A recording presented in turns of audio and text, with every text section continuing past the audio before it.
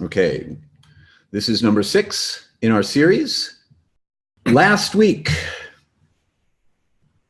tonight,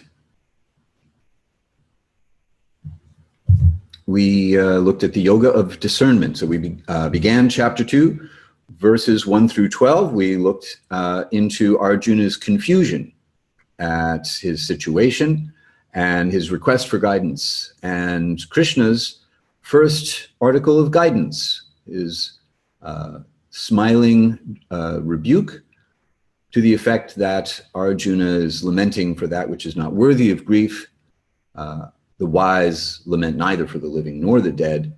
And the reason for that, which is that there was never a time when I did not exist, nor you, nor all these kings, nor in the future shall any of us cease to be. The idea that the Atma, or the soul, is eternal, and the body is temporary, and there is no point in lamenting for that which comes into being, stays for some time, and goes out of being when the person within the body remains and will move on.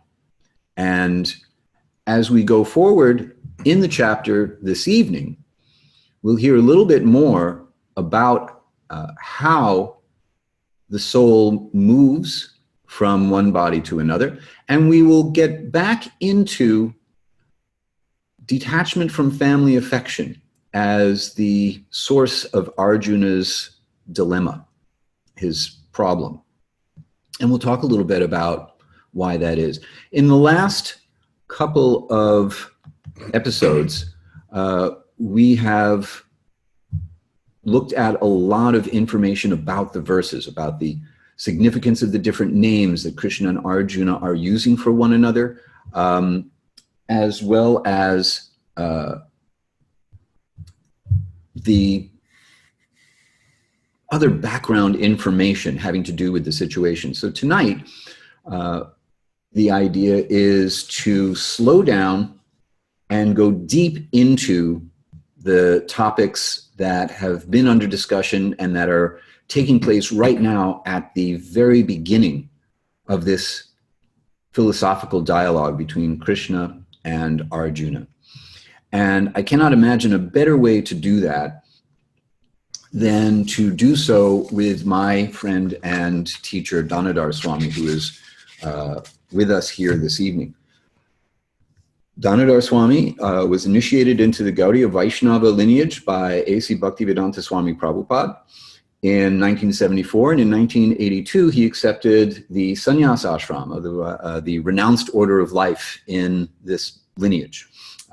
Dhanurdhara Swami is the author of 3 books: Waves of Devotion, comprehensive study of the nectar of devotion; Greetings from Vrindavan, a selected collection of thoughts and realizations from 2000 and 2004; and Japa Meditations, contemplations on entering the holy name, mantra meditation.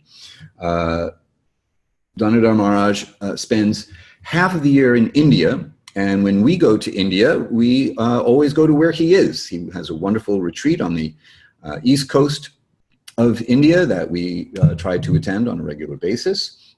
He focuses on bhajan, studying, writing, and taking people on pilgrimages to holy places while he's in India. And the other half of the year, Maharaj is in the West, and he spends his time traveling and speaking about bhakti yoga.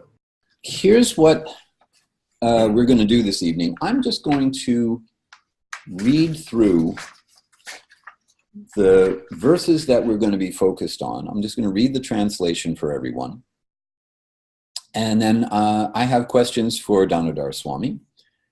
And hopefully you will also have questions for Dhanurdhara Swami, since we're very fortunate to have him here. So ask a question anytime you like.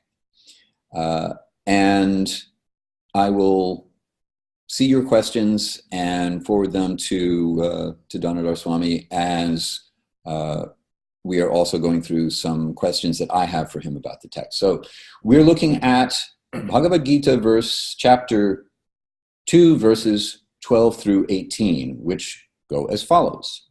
The first one is the one we finished with last week, which is, there has never been a time when I did not exist, nor one when you did not exist, nor one when all these kings did not exist, nor is there any possibility that in the future any of us shall cease to be. just as the embodied person experiences the transformations of their body. From childhood to youth to old age, that same person will pass into another body at death. Those who are wise do not find this bewildering. O son of Kunti, happiness and distress come and go, like winter and summer seasons.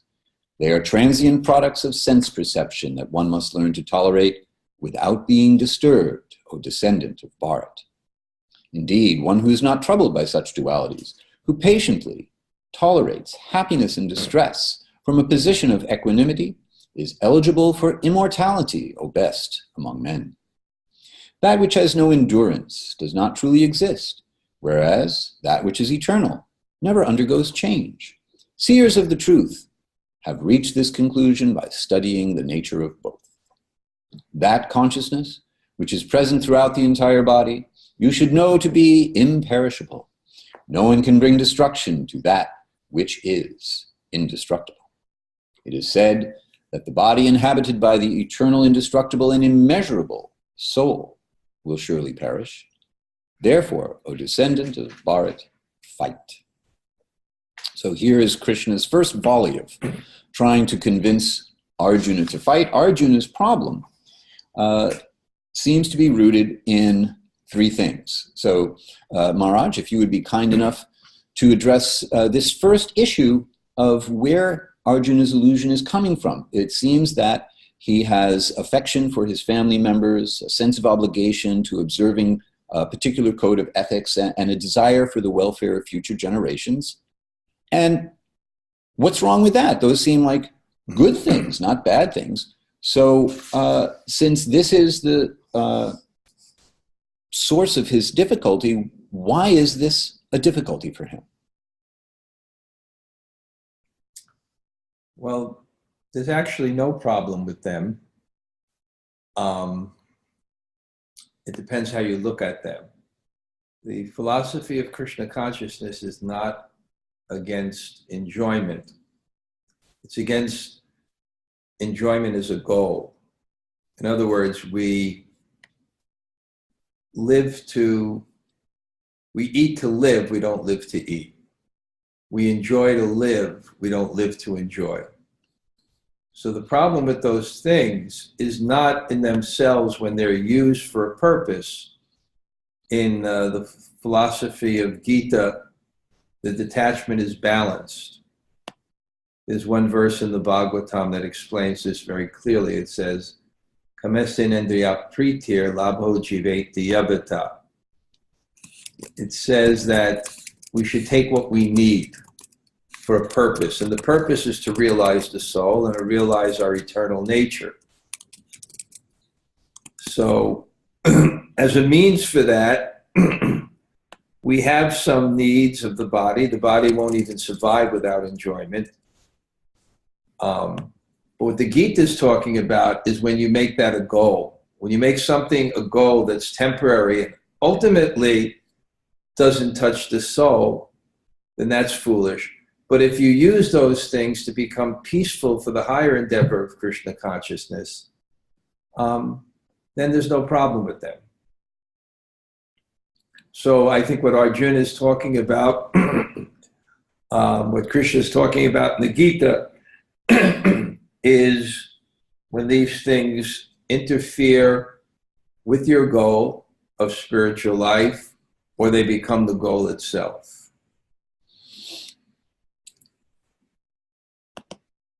Okay, so Arjuna's position then is that he's just seeing that this is the goal, to obey these codes, to preserve society as he knows it for future generations, and to preserve the lives of his family members. Now, how can he dovetail this?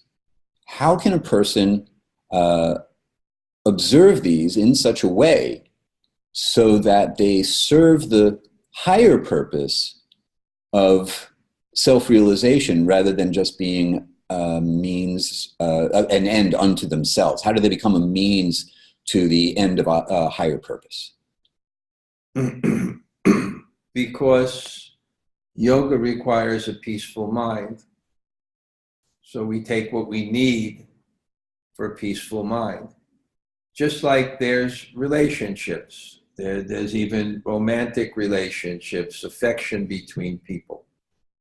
So in a spiritual sense, people enter into these relationships because their goal is to actually realize the soul, and they need a peaceful mind to do it. So if it's used for that purpose, then these things are natural and they're conducive to spiritual life. For example, a mother has a child, right? It's her duty to be affectionate to the child. If she's not affectionate to the child, and it's her nature to be affectionate to the child. So there's nothing wrong with that.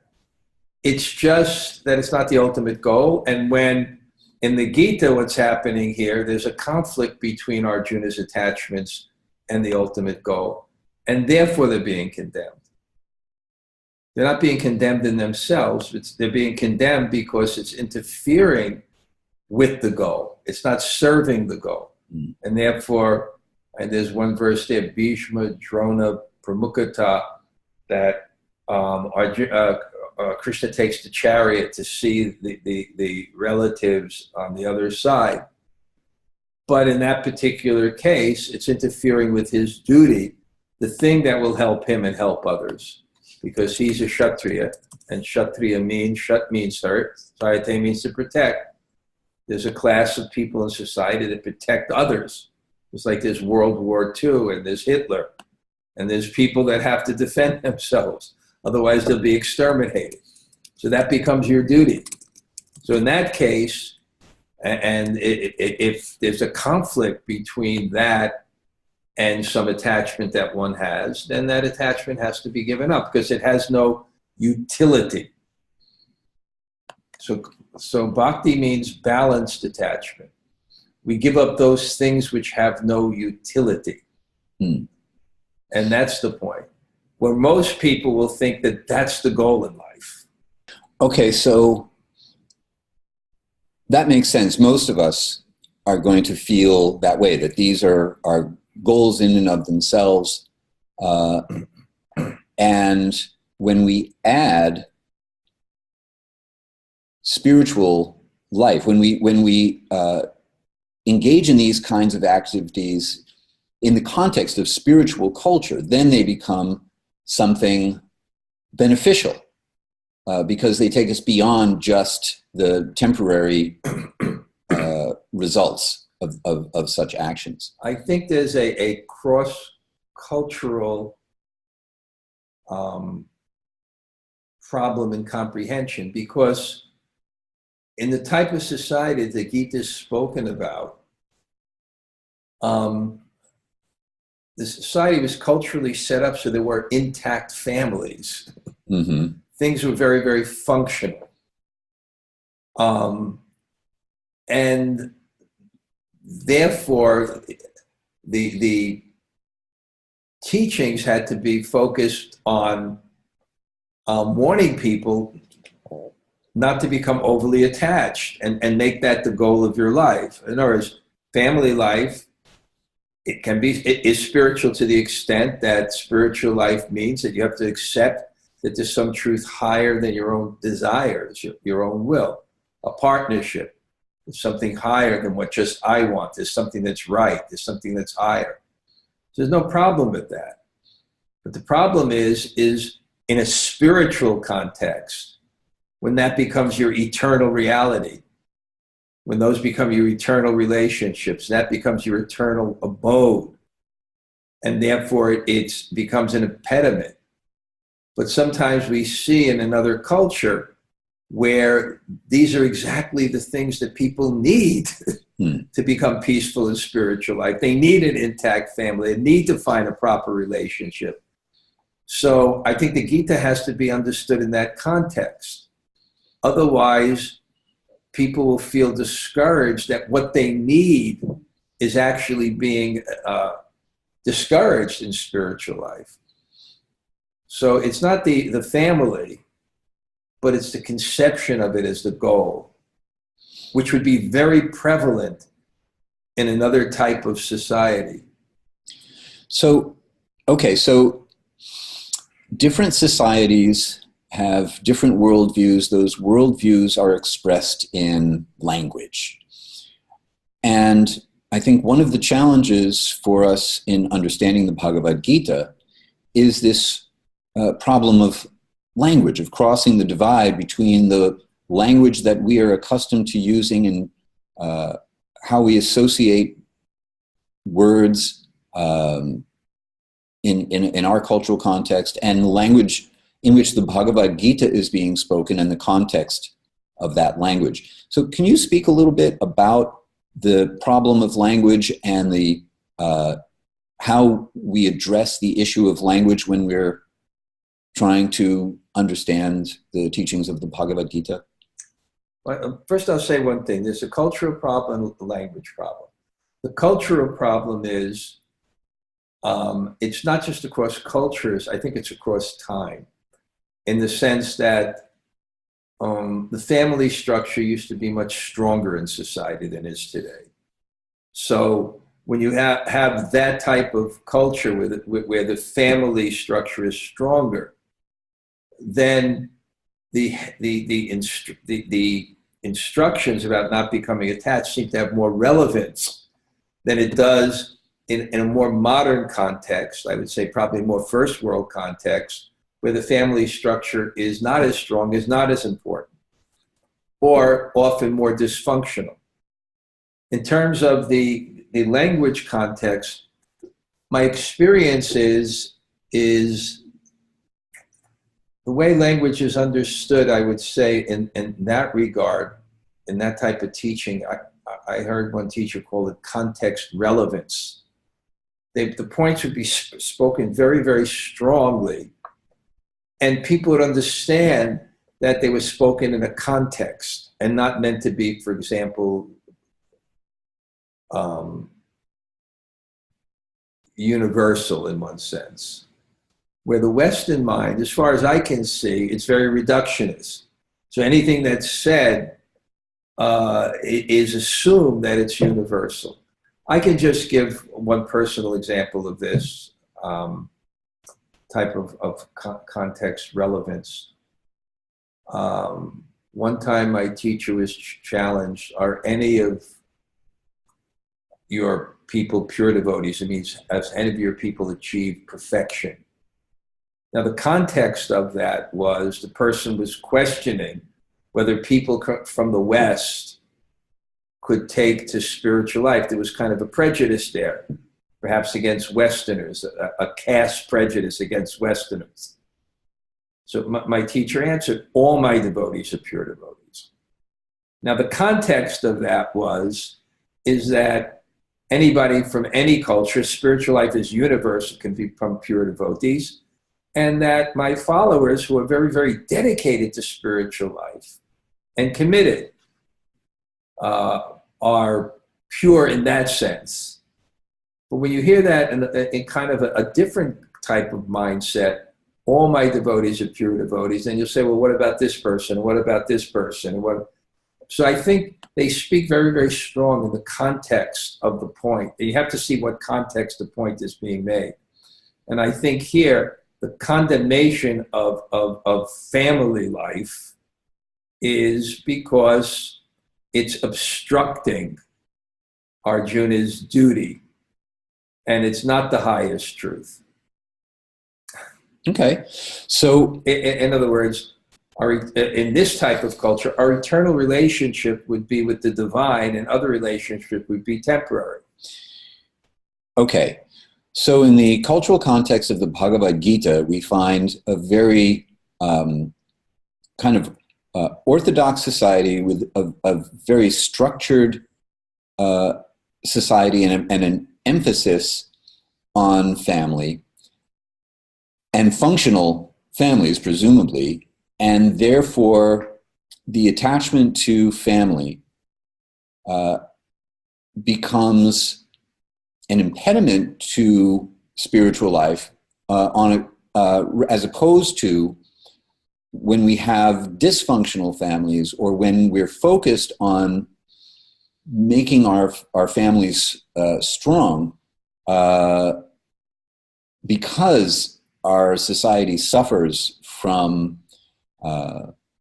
less coherence in our family structure, then to our ears, it's going to sound wrong when we say, no, you should be detached from your family. Whereas now, when one makes an investment in one's family in a spiritual context, in our time and circumstance, that now becomes something that can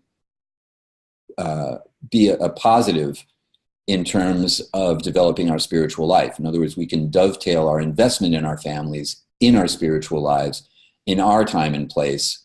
And that's why, as a Bhagavad-gita showstopper, this idea seems of detachment from family life seems wrong. Is that like a reasonable summary? I would say what the you're talking social about? structure was there that, let's take the ashram social structure. The ashram social structure was, one would be, for example, a celibate monk, or he'd be a celibate student. And then he would have, in that structure, a celibate student can choose to get married. Now, why would the person get married? Because he has attachments to fulfill. And if those attachments are not fulfilled, one will become frustrated and one will tend to think of those things more.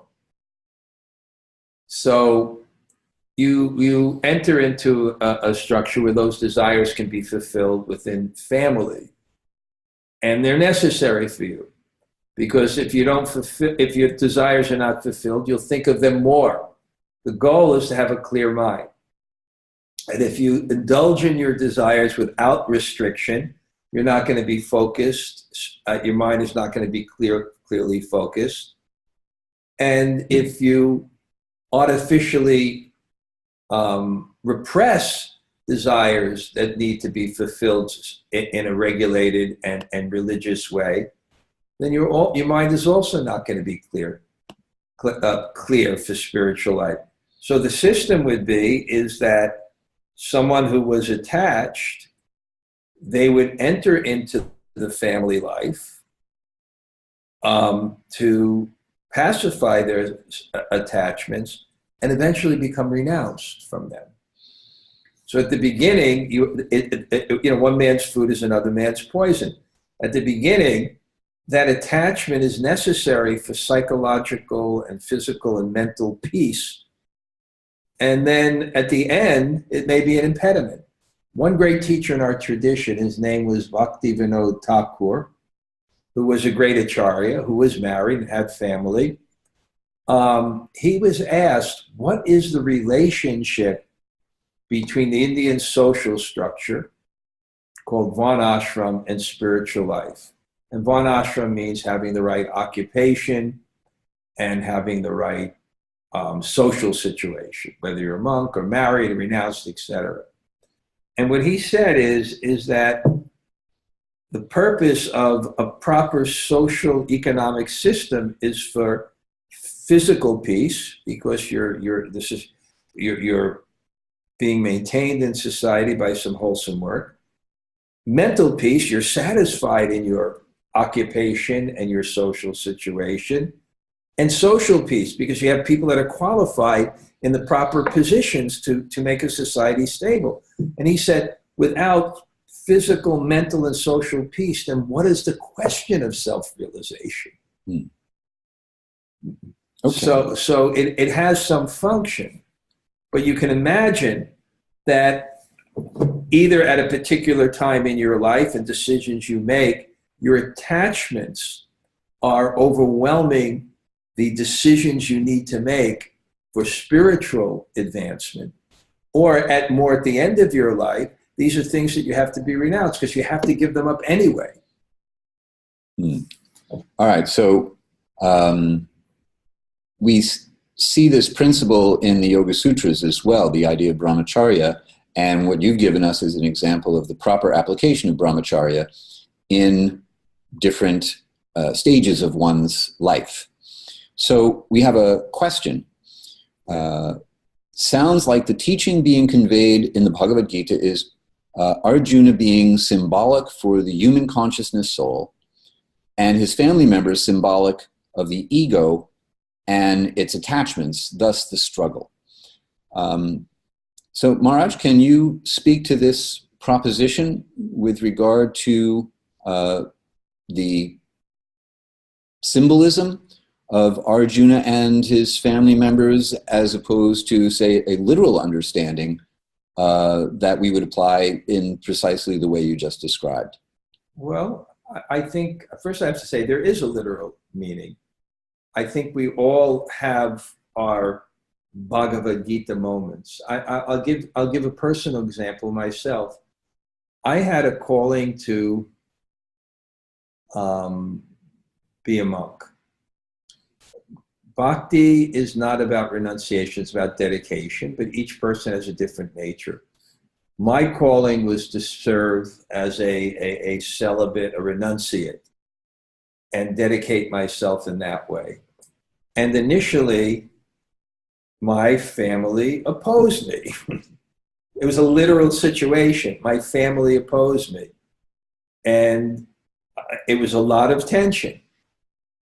But the higher duty was my calling to dedicate myself fully to God. Now, eventually, everything worked out with my family, etc.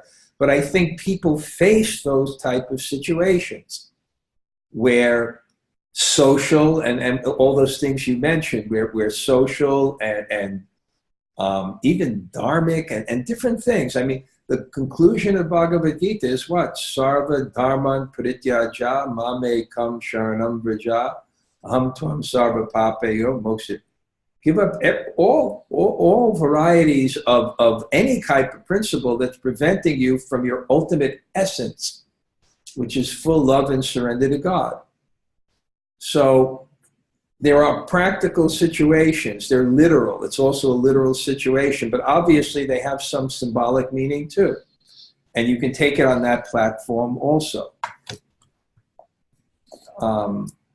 You can take it on that platform also that, yeah, and what is the ego? The ego is the false conception of the self that I am the center rather than I am the servant of the center. So yeah, it's also representative of something like that. Arjuna is actually wanting to act selfishly. And on another principle, rather than service and love to God. So then this brings us to a follow-up question. You know, Arjuna is acting selfishly insofar as he's wrapped up with his family attachment to the point that it's now detrimental to his spiritual life and ultimately detrimental to everyone else. The follow-up question then is, from a practical standpoint in our time and place, how does one renounce family later in spiritual life without causing harm or neglecting family relationships? And, you know, in your situation, you became a monk as a young man. Now, is it practical or possible in our time and place to go through that sequence of ashrams that you described earlier of student life, family life, and then renounced life? Is it possible to do that without causing harm or neglecting family relationships? That's a question that's coming in also from one of our participants. Ultimately, what dharma or religion means, at least in the Bhakti tradition, in the Gita philosophy, is Savai Pumso Paro Dharmo Yato Bhaktir Adoksaji. The supreme dharma is what brings you closer to God. And that principle supersedes every other principle. So again, culturally, in that particular society, people were geared for those things. The whole society was moving in that direction, that there would be a stage of life where people completely renounced. There was a system where everyone was taken care of, for example. You know, if the man would leave home to the forest, then the wife would be kept with the children. There was a kind of society with protection. She would be able to live a renounced life within the home in a particular way. So the society was geared for that. And in the present society, it may not be geared. So one can't do those things artificially. One has to take responsibility. You know, even myself, I'm a sannyasi. I'm a classic renounced sannyasi in days of yore. He couldn't even go back to his own village. You know, but everything was taken care of. You know, my mother's 96 years old, 97 years old. I still have a dharma or responsibility to that. Fortunately, my brothers are taking care of my mother, and you know, I visit, etc., like that. But we still have these responsibilities. So, in those societies, then all these things would be taken care of. So we have to be practical, and I think there's a question of what is the philosophy and how to apply it in a particular situation. So someone can't leave home and then leave his wife destitute or leave his children destitute. You know, that would be another principle. Because the basic principle of spiritual life is ahimsa, is nonviolence. That's described in the Yoga Sutras like an elephant's footprint that everything else fits within. So you can never supersede that principle.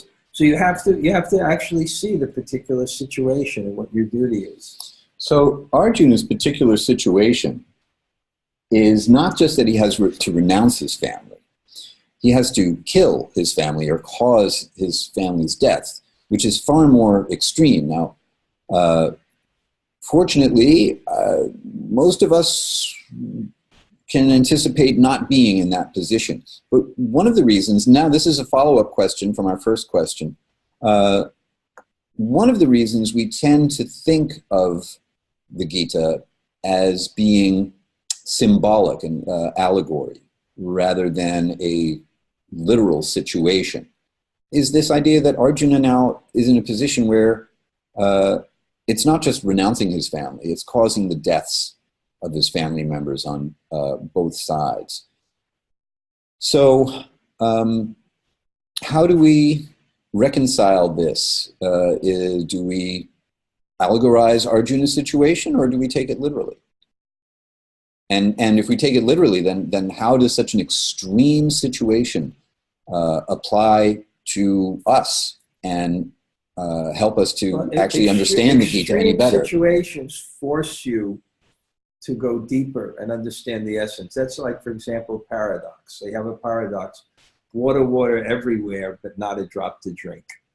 Right? So you have to have a deeper concept of water, that sometimes it's with salt, sometimes it's an ocean, etc. So I think the thing of the Gita, it puts you in this extreme condition to actually force you to go to the deepest principle. And what is the highest principle? What is our highest duty? The concept of dharma, it comes from a root word which means essence. Essence means the quality which cannot be taken away. And that's how your duty is determined. So what is the quality in us? What is our essence? And our nitya dharma, our eternal essence that never changes, is that we're part of God and meant for his service. So here is an extreme situation, right? It's not the common situation, but it's an extreme situation that's testing that principle. And what's the principle? That his relatives, let's put it in a modern context. You're in a war. Your duty is to defend your family, right? Yeah, your duty is to defend your family. And some of your family joined the side of the Nazis in World War II. So what are you going to do? What is a higher duty, right? This family responsibility take a higher principle than your duty to defend the rest of your family and defend innocent people from extermination. So obviously it's not the highest principle. And the extreme situation is set up so you understand the higher principle. That the highest principle is we're part of God and we're meant for God's service. All right. So, according to the Gita. Right. I remember when we were in India with you last time, one of the things you spoke about is that the truth is not obliged to conform to our desires. And these are circumstances that you're describing that are like that. You know, how we may want things to be different than what they are. We may want to hear something different than what we hear. And this is one of the challenges that we have in reconciling our engagement with the world with our attempt to transcend the influence of the world, to become self-realized. Now, Krishna is giving Arjuna advice to the effect that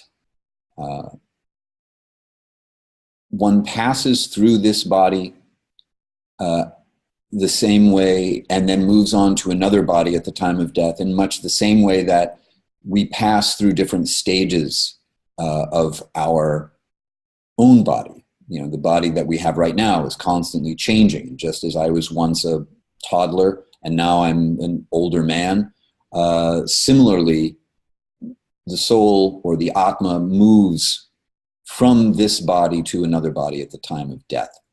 And someone who understands this is not bewildered. And he goes further as to say, sometimes things are great and sometimes things are terrible. And someone who understands that this is just like the comings and goings of winter and summer seasons remains equipoised in every one of these circumstances. So we also experience challenges in our lives, and sometimes they're relatively minor challenges, and sometimes they're really extreme challenges, just like the one that Arjuna faces and the one that you just described, where things are not simple, and it seems our choices are painful no matter what we do.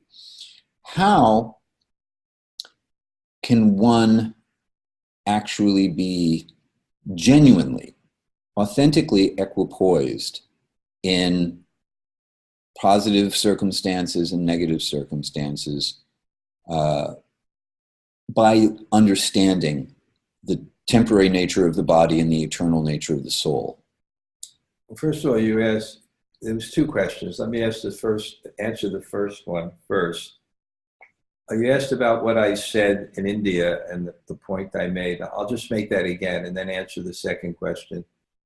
The point I made is that the beginning of spiritual life, or spiritual life begins when someone understands that there's something higher than just what I want. And that's what's right.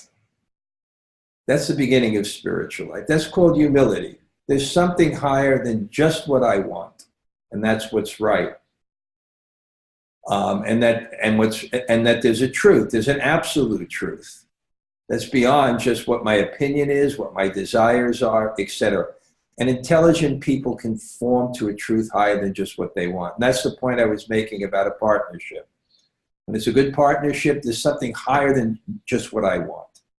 And that's what's good for the partnership. Or as a family, is higher than something than just what I want. And that's what's the family. Or community is higher than individual interest, and that's common interest. And then the cosmic family, the relationship with God. But I said what that absolute, sometimes, no, what we want, what our desires are can also be the truth, but they're not the truth simply because we desire them. They're the truth because they conform to some truth that's higher than just what I want. That's my standard of truth, Maharaj. What? That's my standard of truth is, if I want it, it must be true. Right, but it's not the standard of truth. And then the second point you made is how to be tolerant. So the first principle, we should understand that what Dharma is, and it's a very interesting concept, what Dharma is, in every minute or every, we're faced with a myriad of choices. And what Dharma means, what is the correct choice? And that correct choice may be attachment. Like, for example, someone who is a student and he has much desire, then he his decision, what the correct decision is to get married. That's attachment. There may be someone, a husband and wife at the end of their lives, and they become their decision will be to be detachment, to be more renounced. So there's a myriad of choices, and what Dharma is there's a science of the correct choice. And the correct choice, it's a science in the sacred text. The correct choice is the choice, whether it's attachment or detachment, that will mold your mind to a higher level of perception and contentment and bring you closer to the soul. So our choices are not just based on I like or I don't like.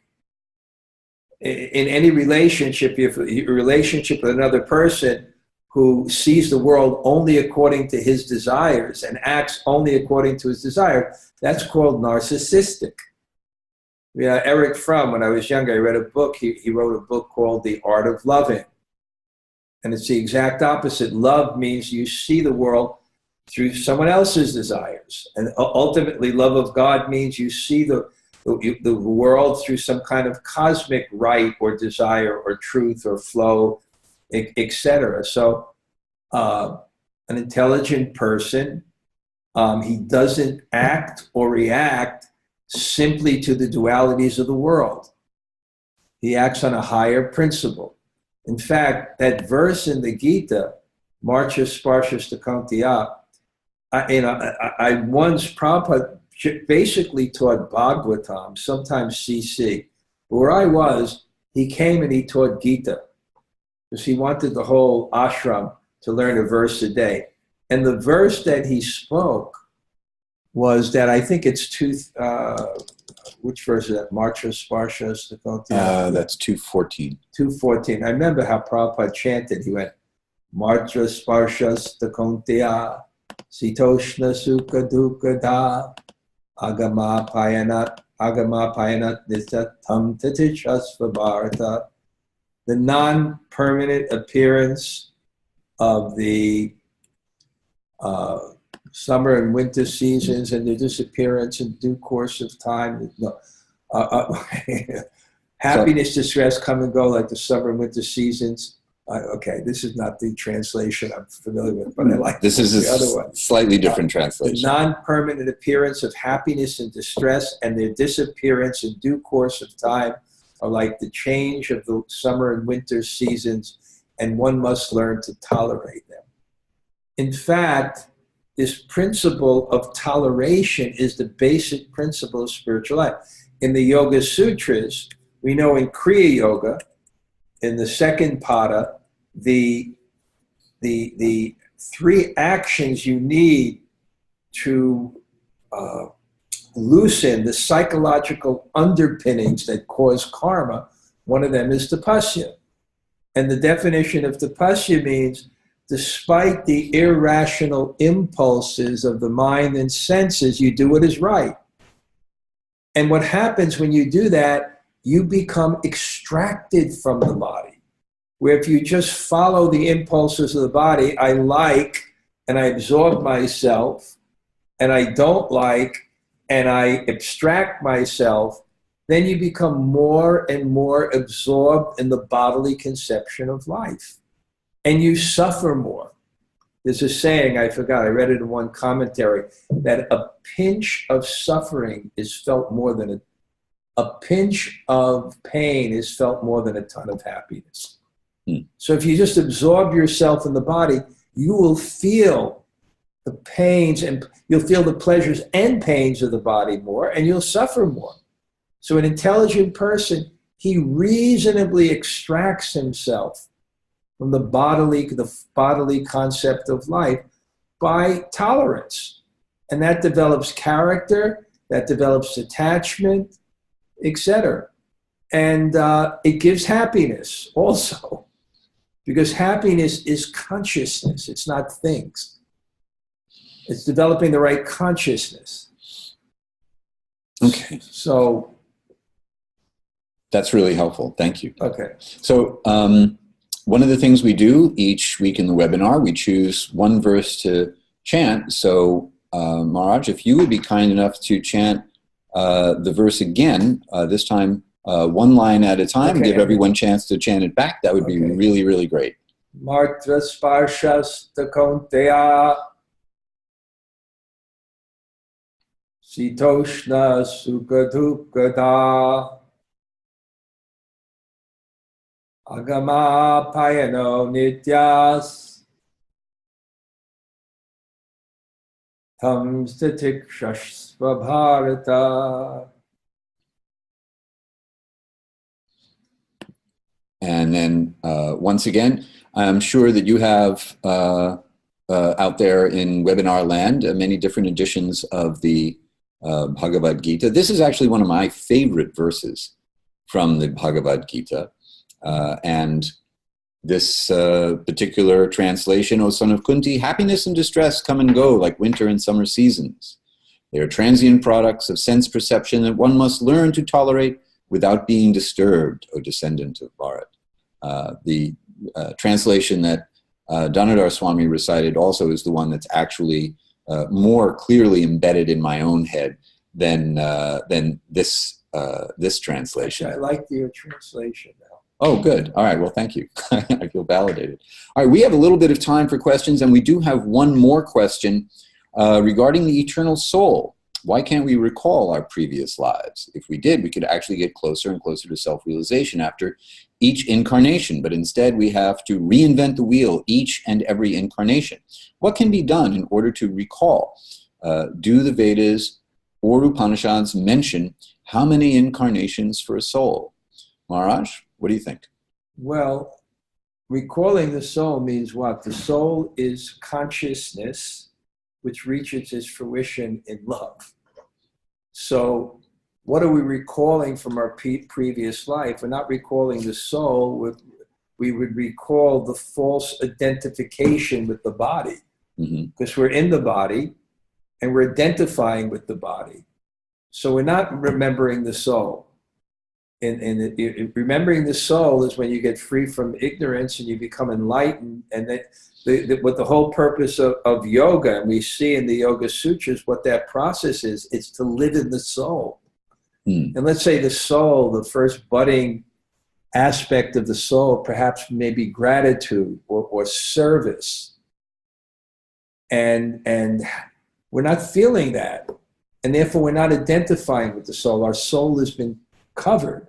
You look like a bear, how much the consciousness is covered. Or animals, or human life, or us, how much it's covered. How much are we actually thinking in a spiritual way?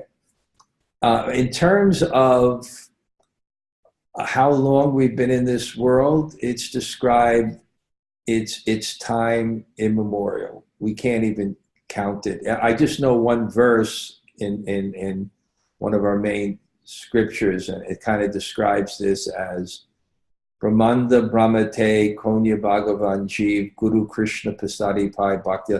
We're wandering from universe to universe, from species of life to species of life, until by the mercy of Guru and Krishna, we get to see the Bhakti Lata Bij. And what is the Bhakti Lata Bij? It is that faith and conception in the soul. And the faith and conception of the soul is I'm part of something greater and I'm meant for service. So we're wandering until we somehow get that and get that conception. And we can't, and these questions of origin when we began, when it started. It's inconceivable. So generally, in most traditions, they don't deal so much with the origins, they deal with our situation now. And the situation now is we're suffering. And therefore, we have to meditate what we're doing wrong and what we are and how to alleviate that suffering and how to inquire about the purpose of life. So Maharaj, this question comes up a bit. The premise of the question is that if we knew what happened in a previous life, then it would be easier for us to learn from our previous mistakes and move forward. Do you think that's a valid assumption, that if we knew more about what we did in our previous lives, then we'd be able to take those lessons forward in a way that we can't, since we don't know what happened in a previous life? Now I understand the question. Thank you for clarifying that. What the law of karma is witnessing our past in ignorance, witnessing our past exploitation. Yes. Witnessing our past exploitation, which we don't actually see and understand, giving us the conditions and situation we need in this life to actually understand it. So that's God's plan. So for example, I would say in the previous life, you were the perpetrator of something, but you don't see it's wrong. You can even see if you have a partner, a friend, or someone very close to you, think of the things that you would like to tell them to correct them. Why don't you tell them?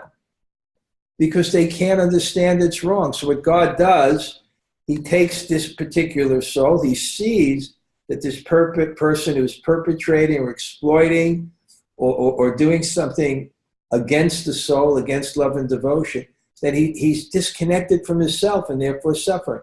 So in the next life, this particular person will be in the situation of the victim. And therefore he'll understand. He won't like what's happening, and he'll be able to identify really what's in oneself. So there already is a system to awaken it.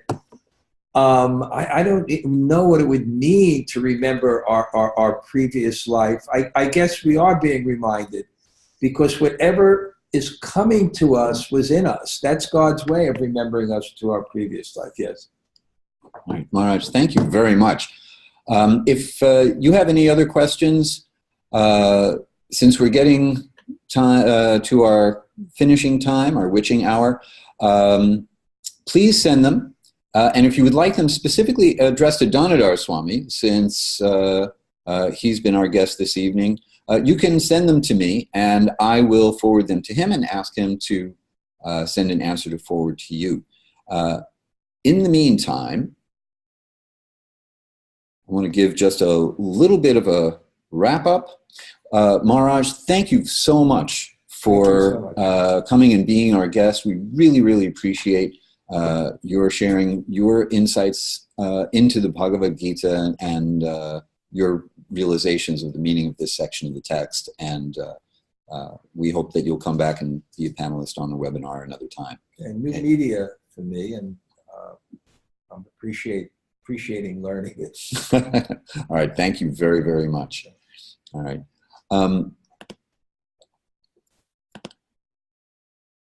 right, and now you're all stuck with me again. So just a quick wrap up.